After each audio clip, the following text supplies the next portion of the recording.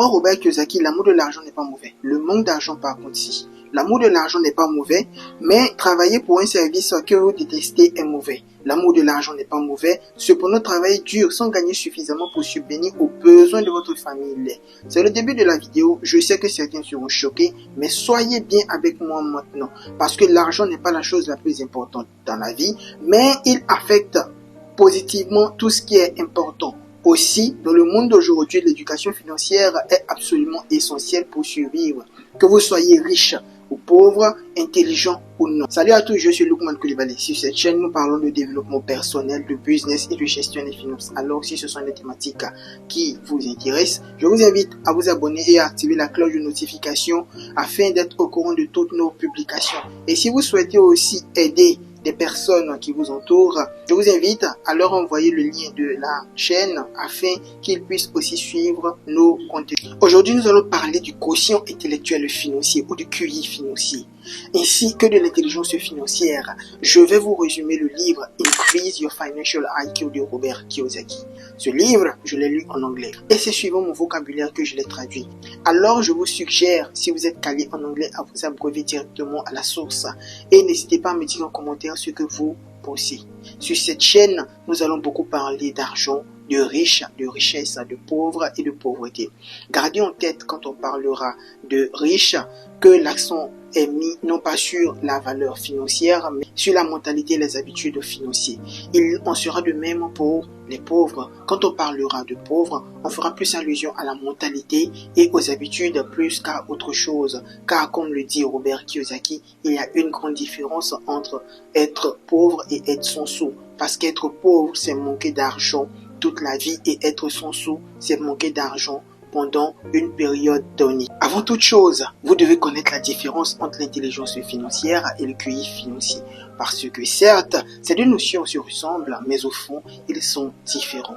En effet, l'intelligence financière est cette partie de notre intelligence mentale que nous utilisons pour résoudre nos problèmes financiers. Le QI financier est la mesure de cette intelligence. C'est la façon dont nous quantifions notre intelligence financière. Et d'après Robert Kiyosaki, la pauvreté se résume simplement à avoir plus de problèmes que de solutions. Donc, le fait de travailler votre intelligence financière vous permettra de régler vos problèmes financiers avec plus d'efficacité et cela vous permettra par la même occasion de vous détacher de la pauvreté. Mais comment travailler votre intelligence financière? C'est simple, il vous suffit tout simplement de travailler correctement vos 5 QI financiers que sont QI financier numéro 1, gagner plus d'argent. QI financier numéro 2, protéger votre argent. QI financier numéro 3, budgéter votre argent. QI financier numéro 4, mettez en œuvre la stratégie de l'effet de levier avec votre argent. Et QI financier numéro 5, améliorer vos connaissances financières. QI financier numéro 1, gagner plus d'argent. Une des raisons pour lesquelles les gens manquent d'intelligence financière numéro 1, c'est qu'ils veulent l'argent mais pas le processus. Ce que beaucoup de gens ne réalisent pas, c'est que c'est le processus qui les rend riches, pas l'argent. La première étape pour augmenter votre intelligence financière numéro 1, c'est-à-dire gagner plus d'argent, c'est de décider quelle est la meilleure façon pour vous de gagner de l'argent. Pour vous faciliter la tâche, regardez notre vidéo sur le cadran du cash flow, le lien est dans la description. Ici, il est question de gagner de l'argent, il est question de gagner beaucoup d'argent et la plupart d'entre vous avez suffisamment d'intelligence financière pour gagner de l'argent. Cependant, le revenu n'est pas assez grand pour la majorité. Certains arrivent à peine à gagner suffisamment pour s'occuper d'eux-mêmes ou de leur famille. Pourtant, plus vous gagnez de l'argent, plus votre intelligence financière numéro 1 est élevée. Mais pour en gagner, il faut définir ce qu'on veut faire et ensuite s'adonner au processus à fond. Parce qu'une personne qui gagne 1 million par mois a une intelligence financière numéro 1 plus élevée qu'une autre qui gagne seulement 30 000. Le mieux que vous puissiez faire lorsque vous ne gagnez pas suffisamment d'argent par mois ou par an, c'est de multiplier vos sources de revenus. C'est-à-dire que si vous dépendez seulement d'une seule source de revenus, vous devez en créer une seconde ou autant que vous pouvez, tant que vous êtes efficace et que vous êtes à l'aise avec le processus. Pour créer d'autres sources de revenus, privilégiez des sources de revenus passifs.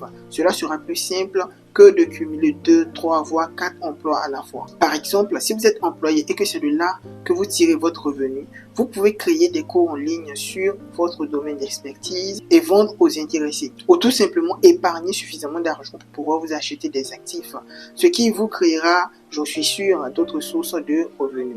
Retenez que le QI financier numéro 1 se mesure en revenu brut. Il est la somme de tout ce que vous gagnez sur une période donnée et c'est généralement sur un an. QI financier numéro 2, protégez votre argent. La grande vérité est que le monde cherche à prendre votre argent. Mais tous ceux qui prennent vos sous ne sont pas nécessairement des escrocs ou des criminels. L'un des plus grands prédateurs financiers de notre argent, c'est les impôts. Les gouvernements prennent notre argent légalement. Alors faites ce que vous voulez, mais apprenez à vous protéger, vous et vos revenus envers et contre tous. QI financier numéro 3, budgétez votre argent. D'après le père riche de Robert Kiyosaki, un budget est un plan. Donc, budgéter ou budgétiser son argent, c'est établir un plan avec ce dernier. Établir un budget pour votre argent nécessite beaucoup d'intelligence financière. Beaucoup de gens budgètent mal leur argent et ils le font comme des personnes pauvres plutôt que comme des personnes riches. Beaucoup de gens gagnent beaucoup d'argent mais échouent à en garder suffisamment, simplement parce qu'ils budgètent mal. Par exemple, une personne qui gagne et dépense 500 000 par mois a une intelligence financière numéro 3 plus basse qu'une personne qui gagne 300 000 par mois et parvient à bien vivre dans 250 000 et à investir ou à épargner 50 000. Le but de la budgétisation est d'allouer des fonds à chaque sphère de votre vie, de sorte à mettre de côté de l'argent à investir à l'avenir. À ce titre, il existe deux types de budgets. Il y a les budgets déficitaires et il y a les budgets excédentaires. On parle de budget déficitaire lorsque les dépenses d'une personne, d'une entreprise ou d'un gouvernement excèdent ses revenus, et on parle de budget excédentaire lorsque les revenus d'une personne, d'une entreprise ou encore d'un gouvernement sont supérieurs à leurs dépenses. Dépenser plus que vous ne gagnez est la cause d'un budget déficitaire. La raison pour laquelle tant de gens fonctionnent avec ce genre de budget est qu'il est plus facile de dépenser de l'argent que d'en gagner. La meilleure option financière consiste à planifier un budget excédentaire. Après avoir gagné et protégé votre argent, apprenez à budgétiser afin d'obtenir un excédent. Cela est essentiel pour votre survie financière. Un exemple simple de budgétisation consiste à utiliser la règle du 50-30-20. J'ai déjà fait une vidéo à ce sujet, le lien est dans la description. QI financier numéro 4. Mettre en œuvre la stratégie de l'effet de levier avec votre argent. L'effet de levier est l'art de faire plus avec moins, c'est-à-dire de gagner beaucoup d'argent avec un faible investissement de départ. Ceci est une orientation personnelle que je donne à la notion. Sinon, les financiers définissent l'effet de levier comme le fait de s'endetter pour investir afin d'augmenter son rendement potentiel. En d'autres termes, c'est le fait d'investir une petite quantité d'argent personnel et de financer le reste de l'investissement avec de l'argent emprunté. Ici, Robert Kiyosaki détruit le mythe de l'investissement selon lequel, pour gagner de gros bénéfices, il faut prendre de gros risques, d'où la maîtrise de l'art de l'effet de levier. Après avoir établi un budget excédentaire, le prochain défi financier consiste à optimiser l'utilisation de cet argent. La plupart des gens économisent leur excédent financier dans une banque. La plupart des gens épargnent leur excédent financier dans une banque. C'était une très bonne idée avant 1974, avant que le dollar américain ne devienne une monnaie. Maintenant, bloquer votre argent à la banque, c'est donner le pouvoir à l'inflation de vous trucider financièrement. Après 1974, les travailleurs ont dû épargner pour leur propre retraite. Des millions de travailleurs ne savaient pas dans quoi investir. Alors, ils ont investi leur excédent financier dans un portefeuille bien diversifié de fonds communs de placement, espérant ainsi optimiser leur argent. L'intelligence financière numéro 4 se mesure en retour sur investissement. Par exemple, une personne qui gagne 30% de retour sur investissement par mois ou par an est un excellent investisseur. Investir son argent peut revêtir différentes formes. Ça peut être sous forme d'achat d'actifs, sous forme d'achat de parts d'une entreprise qu'on appelle equity ou sous forme de création d'entreprise. Peu importe la forme que vous choisissez, tâchez de bien vous instruire sur le sujet avant de vous lancer. QI financier numéro 5, améliorer vos connaissances financières. Tout ce qui cesse de progresser finit indubitablement par regresser.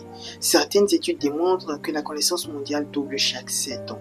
Alors, vous devez sans cesse vous former en matière d'argent. Il y a une sagesse qui dit qu'il faut apprendre à marcher avant de pouvoir courir. Cela est vrai en ce qui concerne l'intelligence financière. Avant que vous puissiez apprendre à obtenir des rendements exceptionnellement élevés sur votre argent, vous devez d'abord apprendre à marcher, c'est-à-dire à maîtriser les bases et les fondamentaux de l'intelligence financière. Mais soyez sans crainte, sur cette chaîne, vous saurez tout ce dont vous avez besoin de savoir pour y arriver.